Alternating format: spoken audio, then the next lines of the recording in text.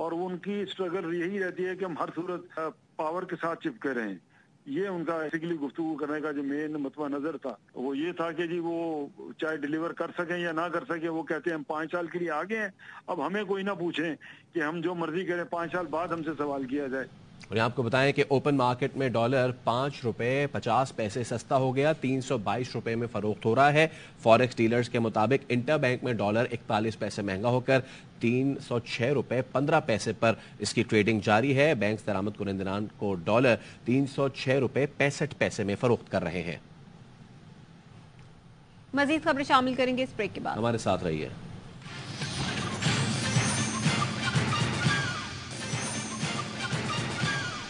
Welcome back. خبر دیں گے آپ کو کراچی سے، جہاں پہ احمد جناح روڈ پر بوندا باندی سے متعدد موٹر سائیکل سوار سلپ ہو کر زخمی ہو گئے. ٹریفک پولیس کا کہنا ہے کہ سڑک پر پرانا آئل پڑا ہوا ہے، بوندا باندی سے سڑک پر پھسلن پیدا ہوئی. آپ کو بتا رہے ہیں کہ کراچی کے احمد جناح روڈ پر تھوڑی سی بوندا باندی کے بعد ہی موٹر سائیکل سوار پھسلنے لگے، اور پولیس جو وہاں پر موجود تھی، ٹریفک پولیس، اس کا یہ کہنا ہے کہ یہاں پر پرانا آئل پڑا ہوا تھا جس کے باعث پھسلن پیدا ہوئی. الیکشن کمیشن نے سندھ کے 31 پولیس افسران کی تقرری اور تبادلوں کی اجازت دے دی ہے. گریڈ 21 کے خادم حسین کو additional I G Karachi, Syed Asad Raza D I G south zone بنائے گئے ہیں. زائد مشوانی آگاہ کیجیے. سندھ حکومت کی درخواست پر یہ تقرری اور تبادلوں کی اجازت الیکشن کمیشن کی طرف سے دی گئی ہے، اور 31 پولیس افسران کے تبادلوں کی اجازت جو ہے وہ ایک فہرست سامنے آئی ہے.